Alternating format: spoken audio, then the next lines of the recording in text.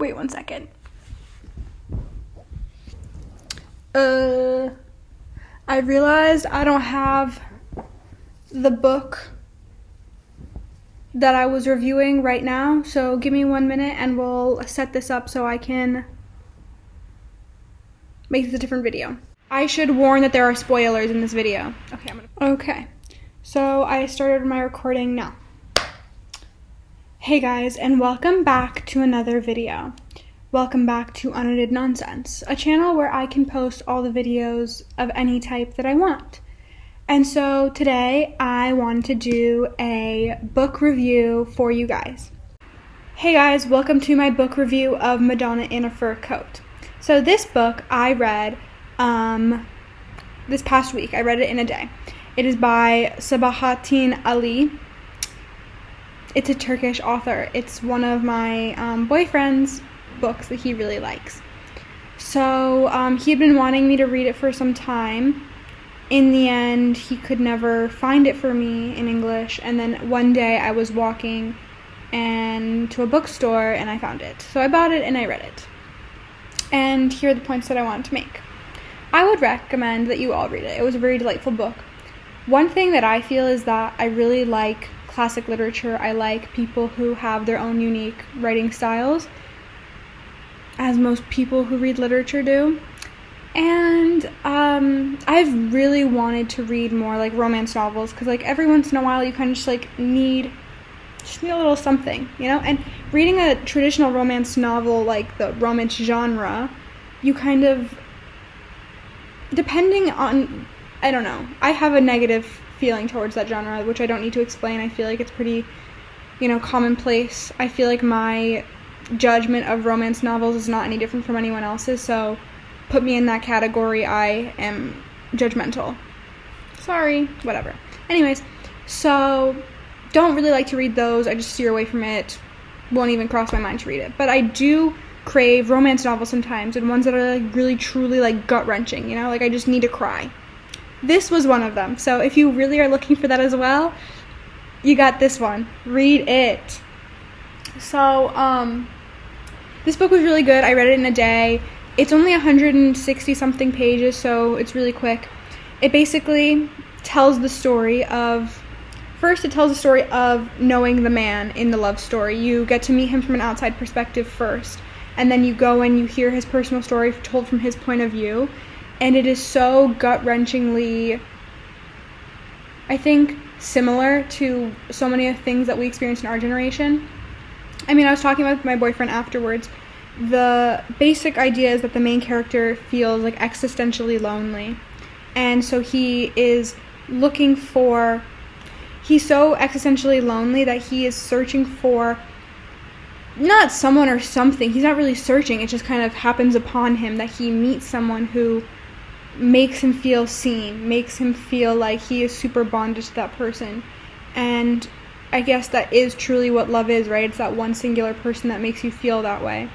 And so it tells a story of them having their relationship and how they kind of end up not being, they end up not being together in the end. And I mean, I read the last page of the book before I even started it, so I knew that they wouldn't be together in the end. Sorry, spoiler. Anyway, I should warn that there are spoilers in this video. Okay, I'm going to put that in the front of the video. Anyway, I think this book is really good in the sense that, you have that kind of gut-wrenching feeling that you watch when you're watching The Notebook. You understand why these characters find so much, comfort in each other and love in each other, and just the sadness knowing that they don't end up together is, gut-wrenching. I don't really think that there's much to say. I think it is really important in our day and age, especially with the era of the internet where so many people feel so lonely. And even when hanging out with other people, even with normal human interactions, there's still this feeling of loneliness, just because as we're humans, not every single person is going to match perfectly with us and perfectly understand us, and not any person can cure us of that loneliness. There are certain people that can understand you in the right way because they're cut from a similar cloth, right?